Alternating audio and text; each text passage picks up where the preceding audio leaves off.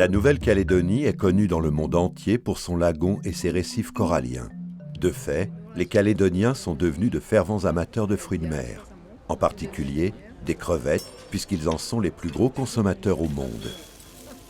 Que ce soit au grill ou à la tahitienne, les recettes sont nombreuses et les Calédoniens sont toujours à la recherche des crevettes les meilleures.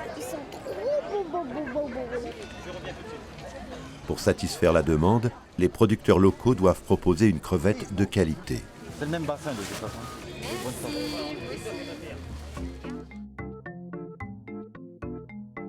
La crevetticulture en lagune à partir de jeunes nés en mer date de plusieurs siècles en Asie. Mais l'obtention de pontes de femelles en captivité est relativement récente, un demi-siècle. L'originalité de la filière calédonienne était de pouvoir assurer l'intégralité du cycle de production de cette crevette, depuis l'élevage larvaire jusqu'aux dernières étapes du grossissement et la transformation. Bon nombre d'autres pays prélèvent dans l'environnement les petites crevettes, les post-larves ou des juvéniles qui sont ensuite grossis. Mais il y a donc un prélèvement dans l'environnement, alors qu'en Nouvelle-Calédonie, l'intégralité des étapes de production de cet animal sont maîtrisées. Mardi, on a fait notre pêche géniteur, on a vidé notre bassin complètement. On a sexé les mâles et les femelles. Les mâles, on les a rentrés dans une zone extérieure de l'écloserie et les femelles sont entrées dans la zone femelle.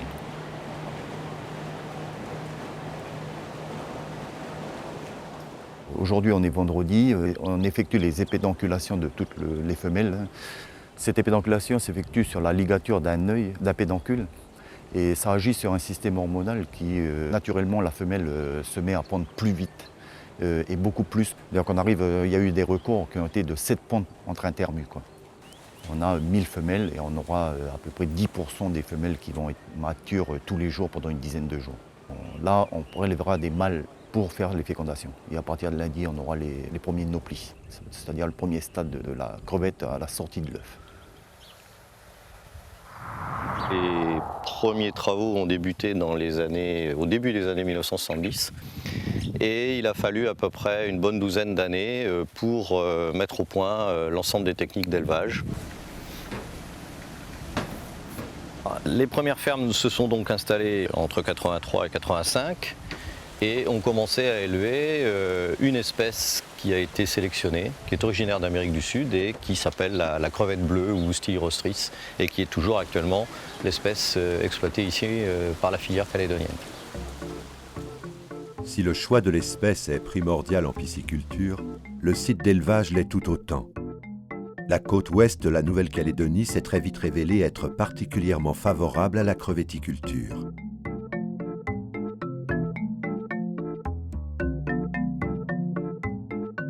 On a la chance ici en Calédonie d'avoir des sites phénoménaux en termes de qualité, puisqu'il n'y a pratiquement pas d'activité industrielle. Les fermes sont dans des coins assez paumés, on peut le dire. Donc de ce point de vue-là, on a une eau d'une formidable qualité. Donc ça, c'est un énorme avantage par rapport à d'autres qui essayent de fabriquer de l'eau propre à partir d'une eau qui n'est pas forcément.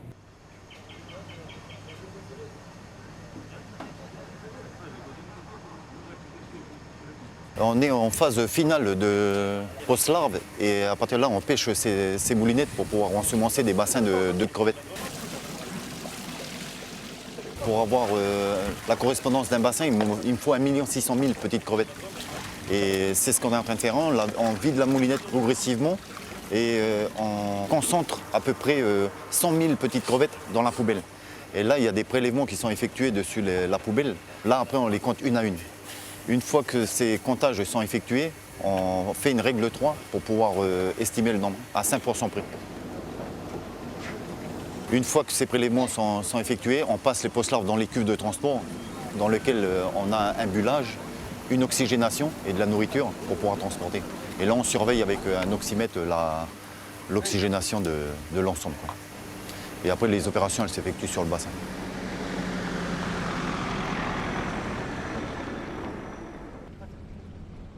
Les larves de crevettes sont extrêmement sensibles à la moindre pollution. Donc nous-mêmes, si on ne fait pas attention à la façon dont on gère notre eau, si on pollue le site, nous-mêmes, on ne pourra plus faire notre production. Donc ça, c'est indispensable de faire attention à ce que l'on fait.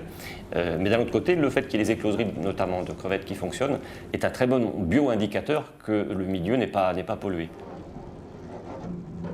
Donc tout ce qui doit être fait comme élevage, comme activité, doit être fait dans le respect du site. La filière crevetticole de Nouvelle-Calédonie a dès le départ voulu être respectueuse de l'environnement dans lequel elle se développait, en particulier à proximité de la mangrove, des mangroves de la côte ouest et des côtes nord de la Nouvelle-Calédonie. Donc derrière nous, on aperçoit la mangrove et des sols nus à proximité qui sont, qu'on appelle des tannes, et qui sont les sols favorables à l'implantation des bassins d'aquaculture. Les sites se sont implantés de manière à ce que justement cet écosystème fragile ne soit absolument pas perturbé. Bien au contraire, puisque des travaux que nous menons montrent que l'élevage de crevettes est favorable au maintien et voire au développement de la mangrove à proximité des fermes. L'impact de la crevetticulture sur l'environnement est étroitement surveillé par différents organismes scientifiques indépendants. On a mesuré une parcelle de 10 mètres sur 10 mètres et on l'entoure d'un ruban de chantier pour pouvoir la repérer facilement avec bien sûr des points GPS. Et aux 4 coins de la parcelle, on fixe une petite étiquette. On délimite des parcelles pour pouvoir revenir par la suite et puis dans 6 mois, dans 1 an, dans 2 ans, dans 4 ans, voir comment ces parcelles auront évolué. Voir si les arbres se sont développés, si au contraire c'est une autre espèce qui s'est développée plutôt qu'une autre, ou bien est-ce que la mangrove aura été complètement remplacée. 22,6. Le fait de prendre les arbres un à un et de mesurer leur diamètre et leur hauteur permet d'avoir une superficie des troncs sur la superficie totale de la parcelle. Ce qui nous donne une idée, d'une part de la densité, mais surtout de la biomasse végétale sur la parcelle. L'objectif, c'est de réaliser un suivi dynamique de la mangrove. Pour réaliser ce suivi, il faut à la fois étudier la végétation, le sol et l'eau, parce que c'est 3 compartiments qui ont des relations très fortes. La ferme rejette directement toutes les eaux des bassins, avec tout ce qu'elles contiennent, c'est-à-dire tous les effluents, tout ce qui n'est pas mangé par les crevettes et tout ce qui est rejeté par les crevettes, est déversé directement dans la mangrove. Et ces matières organiques vont entraîner le développement d'une part des palétuviers, mais au-delà des palétuviers, ça peut entraîner le développement d'algues, donc qui se nourriraient de tous ces rejets, de tout ce qui est produit par la ferme et qui viendrait parasiter le milieu.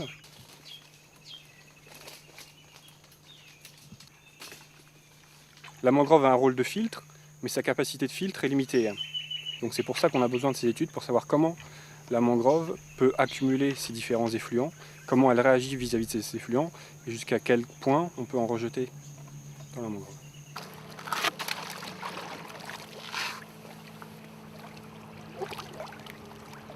En termes d'élevage, ici, par rapport à d'autres pays, les élevages sont relativement peu intensifiés. Donc la nourriture qui est donnée aux crevettes n'est pas en quantité aussi importante que dans certains autres endroits où la crevetticulture nécessite beaucoup d'apports en nourriture, en oxygène, etc. Donc les effets sur le milieu sont relativement limités, a priori, en Nouvelle-Calédonie.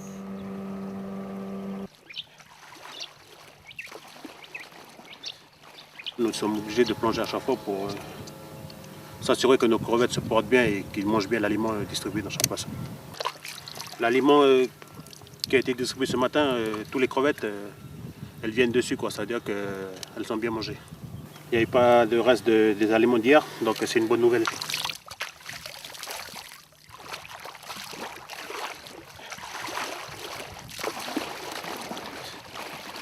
Les fermes aquacoles se fondent dans le paysage. Il est hors de question, comme ça peut se faire en Asie par exemple, de détruire des surfaces de mangroves. Ce sont les premières choses qu'on dit quand on reçoit des promoteurs, c'est l'aspect environnemental. Il faut savoir que la crevette de Calédonie est vendue avec un label crevette respectueuse de l'environnement, et c'est quelque chose, une image à laquelle on s'attache, et notamment dans l'aménagement des fermes. La filière crevetticole calédonienne a opté pour un cahier des charges environnementales qui limite la densité de l'élevage. L'usage des fertilisants chimiques est fortement réglementé et les antibiotiques sont prohibés. Ça se différencie pas mal quand même d'autres pays où les fermes sont à perte de vue. C'est de la monoculture sur des centaines, voire des milliers d'hectares. C'est difficile d'imaginer qu'il n'y a pas un impact sur le milieu qui fait que donc, ça les oblige à traiter leur eau, etc. Donc nous, au contraire, ce sont des fermes de taille très modeste. La plus grande, c'est 133 hectares. Par rapport à d'autres pays, c'est une toute petite ferme. Et beaucoup de fermes ici en Calédonie sont de quelques dizaines d'hectares seulement, de dimension artisanale, familiale. Et je dirais, heureusement pour la Calédonie, il n'y a pas vraiment de très grands sites qui permettraient à des grands investisseurs aux dents longues de dire tiens, je vais faire 1000 ou 2000 hectares ici. De toute façon, ce n'est pas possible. Et ça tombe bien, ce n'est pas non plus adapté à l'esprit local et aux populations locales où il y a une volonté affirmée d'un développement, disons, à dimension humaine. Je voulais qu'on puisse se voir aussi dans un cadre différent de celui de la ferme. Notre activité elle ne peut fonctionner de façon durable que parce qu'on entretient des bonnes relations avec les populations locales et avec les coutumes locales, notamment en ce qui concerne les tribus et les clans mélanésiens. On a préféré discuter avec eux de façon constructive pour les impliquer directement dans les actes économiques. Donc on a passé des contrats de travail avec différents leaders de ces organisations coutumières. Notamment, par exemple, ils nous fournissent le personnel pour effectuer les pêches. Ils font des prestations de services. Ça leur permet d'avoir un revenu pas négligeable sur l'année. C'est une activité saisonnière qui colle assez bien pour certains rythmes de vie d'une partie des populations.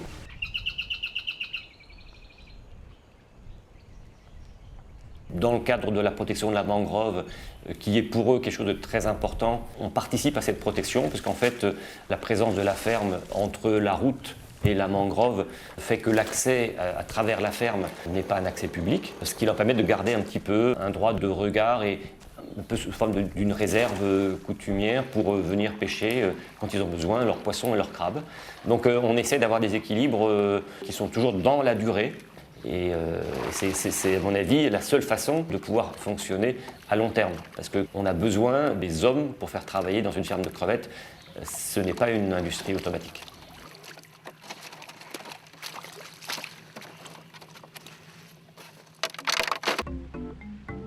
L'impact socio-économique de cette activité agricole, la seconde de l'île après l'élevage, est non négligeable, car la production de 2004-2005 frôle les 2500 tonnes. Du nord au sud du Caillou, avec ses 19 fermes, c'est près de 1000 personnes qui travaillent directement dans cette filière. Et les emplois induits, transport, conditionnement, fret et autres, sont près de 4000.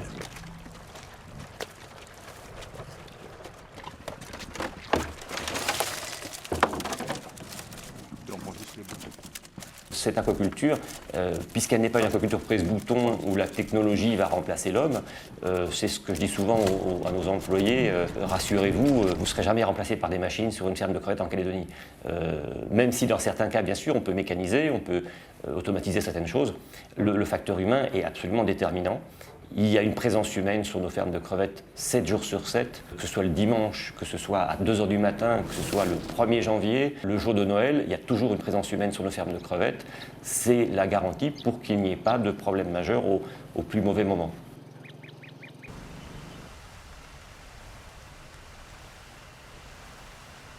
L'aquaculture néo-calédonienne souffre de prix de revient trop élevés, comparativement à la production de ses concurrents qui se mesurent en centaines de milliers de tonnes avec des coûts salariaux 10 à 20 fois inférieurs. On est dans un modèle français avec 39 heures par semaine, des charges sociales importantes, et c'est tant mieux pour le personnel qui en bénéficie. Il n'empêche que par rapport aux autres pays tropicaux qui produisent de la crevette, on a un handicap énorme. Donc la seule solution, et ça a très vite été compris ici, c'est de viser un marché de niche, de crevettes d'excellence, de crevettes de vraiment très haute qualité. Et il a été réussi par les opérateurs commerciaux de faire reconnaître par les connaisseurs les plus réputés au monde, que sont les Japonais en matière de fruits de mer, de faire reconnaître que notre crevette, la crevette calédonienne, était une crevette d'excellence pour eux.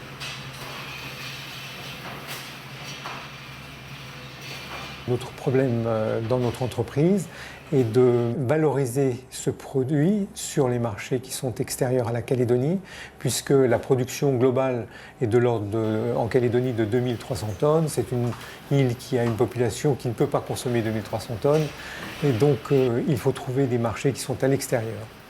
Ces marchés sont essentiellement le Japon, la métropole et l'Australie. Nous avons choisi ces marchés parce que ce sont ceux qui nous permettent de donner la valeur ajoutée la plus forte. Donc ce sont des gens qui sont extrêmement exigeants en termes de qualité et nous nous sommes efforcés ici de répondre à ces critères de qualité. Alors, vous avez là par exemple un échantillon d'une boîte qui a vocation à partir sur le marché japonais. C'est des produits qui ont vocation à être consommés crus en sashimi ou en sushi et vous imaginez que ça nécessite un certain nombre de recommandations et de modes de production en amont pour que la qualité soit conforme à l'espérance du client et surtout à son attente. Et bien, tous les 1 heure, il faudrait prendre la température des bains parce qu'il faudrait que les bains et la crevette soient toujours en dessous de 5 degrés. C'est la chaîne de froid qui démarre là.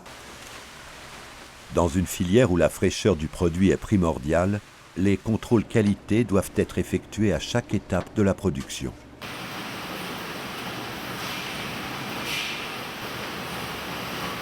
On travaille ici, dans notre entreprise, une espèce qui est donc complètement exceptionnelle parce qu'elle est peu produite dans le monde. Donc on s'attache à mettre en valeur ses qualités.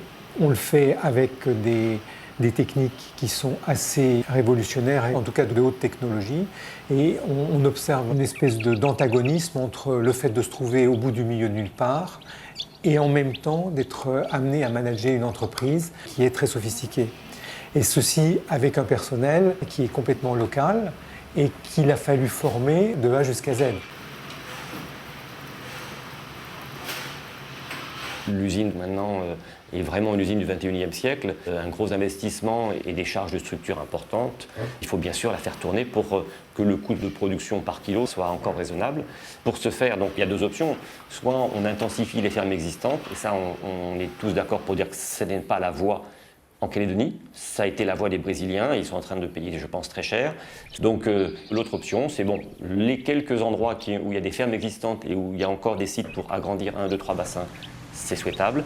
Et il y a encore d'autres sites, toujours dans le respect de la mangrove et du milieu, pour construire quelques centaines d'hectares en plus. Donc la Calédonie n'a pas l'ambition de devenir un producteur comme la Thaïlande ou comme l'Équateur, mais devrait pouvoir produire 3, 4, un objectif de 5000 tonnes à terme de 5 ou 10 ans est encore raisonnable. Donc c'est toujours le problème entre le nombre d'écloseries, le nombre de fermes et le nombre d'ateliers de conditionnement. Alors dès qu'on fait monter par exemple les ateliers de conditionnement, il faut un certain temps pour que derrière les fermes suivent, ou quand il y a trop de fermes qui se montent, il faut aussi créer des écloseries. Donc il y a l'adéquation entre ces 3 paramètres qui est relativement importante. Il s'est fait que récemment on a fait effectivement un 3e atelier de conditionnement et que dans le même temps il y a eu un espèce de coup de frein sur la filière agricole et donc les pouvoirs publics ont préféré mettre un bémol aux investissements. Ce problème est en train de se résoudre et donc de nouveau on réinvestira et on créera des écloseries des fermes pour alimenter ces fameux ateliers de conditionnement parce que c'est sûr qu'un atelier qui ne traite pas de crevettes ça a fini par coûter très cher.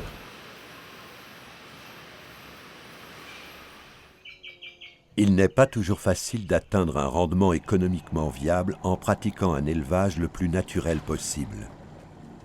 En s'interdisant le recours aux antibiotiques, la crevetticulture calédonienne est d'autant plus vulnérable à certaines maladies qui surviennent lors de brusques changements climatiques. Il s'ensuit inévitablement une baisse de la production qui perturbe toute la filière. Les pathologies qui intéressent la crevette de Nouvelle-Calédonie provoquent des baisses de rendement, mais il n'y a aucun impact sur la qualité du produit lui-même, qui reste un produit de très haute gamme. Notre travail consiste à bien comprendre pourquoi la crevette se trouve dans des conditions défavorables pour essayer de lutter contre ces baisses de rendement par des pratiques adaptées en ce qui concerne les élevages, en ce qui concerne la nourriture, en ce qui concerne le renouvellement de l'eau, en ce qui concerne la gestion des bassins, de manière à ce que l'on puisse donner des guides aux producteurs et notamment qu'on puisse établir un guide des bonnes pratiques qui permettent d'éviter et de lutter au mieux contre ce type de phénomène.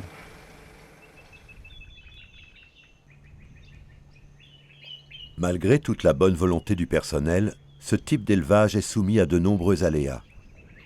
Sans parler des cyclones qui menacent régulièrement la région, une simple baisse de la température de l'eau peut par exemple ralentir la croissance des crevettes. Dans ces conditions, on peut aisément comprendre que les aquaculteurs ont parfois du mal à atteindre leurs objectifs. Hier soir, en fait, on a été assez déçus de la pêche dans le sens où sur les 4 tonnes de crevettes qu'on devait pêcher, on a eu pas mal de difficultés. Mais donc, c'est une année assez difficile parce qu'on n'arrive pas à pêcher correctement. Là, l'exemple était flagrant. On avait 2 bassins. On est sur des vidanges finales, de grands bassins. Mais en fin de compte, on s'aperçoit que où on est estimé 5 tonnes de crevettes, finalement, on n'en récolte que 500 kg à 1 tonne. Et avec une mauvaise surprise au bout parce qu'on pensait avoir davantage, quoi. En 2006, certaines fermes ont vu leur production de crevettes baisser considérablement, ce qui est dramatique pour les petites exploitations n'ayant pas d'autres sources de revenus. D'où la nécessité pour certains producteurs de trouver de nouveaux débouchés. Ouais, donc l'idée en fait c'est aussi de trouver des espèces qui peuvent soulager en fait la filière crevette qui n'est pas forcément sûre d'être en bonne santé tout le temps. Donc on a besoin, comme tout élevage, de diversifier les productions et on se positionne sur l'élevage de l'hippocampe comme sur d'autres élevages pour essayer de trouver un complément de revenus, on va dire, pour la ferme parce que pour l'instant on n'est pas au niveau du chiffre d'affaires que peut faire une ferme de production de crevettes, quoi. Mais en revanche, il vaut mieux le faire maintenant, qu'on a le temps et qu'on a les moyens, plutôt que d'attendre d'avoir un souci un jour sur la crevette et puis d'être amené à réagir en urgence, qui sera difficile. La preuve, c'est que ça fait plusieurs années qu'on travaille dessus et on n'est pas encore au point, quoi. On a démarré donc en 2001 les premiers essais suite à la découverte d'hippocampes sauvages dans le canal, en fait, quand on vidait les bassins et en fin de saison pour les assecs. Donc on a eu l'idée d'essayer de les reproduire, sachant que le marché aquariophile était demandeur au moins en Europe. Donc on s'est dit on va démarrer un élevage et on a lancé donc toute la procédure de démarrage d'un élevage classique, c'est-à-dire mettre des bacs en service avec des géniteurs. De suite, on a eu donc des alevins rapidement, sans trop de soucis. En revanche, on a eu beaucoup de soucis sur l'élevage des juvéniles. Et donc depuis, on cherche à solutionner le problème et c'est là que ça coince, quoi, parce qu'en fait on s'est rendu compte que les tout petits alevins avaient des soucis de nutrition et on est encore en train de chercher d'ailleurs à trouver une alimentation planctonique de petite taille qui pourrait leur convenir, sachant que pour l'instant on la prélève dans la nature et que c'est pas suffisant pour assurer un élevage d'animaux nombreux, en fait. Depuis, on a fait quelques élevages qui se passent mieux. Les 30 animaux qu'on voit juste derrière, en fait, sont déjà réservés en partie pour l'aquarium de Nouméa, qu'on va livrer la semaine prochaine. Et puis l'autre partie pour les commerçants de Nouméa aussi, qui attendent impatiemment d'avoir des animaux à vendre depuis un certain temps pour le commerce local.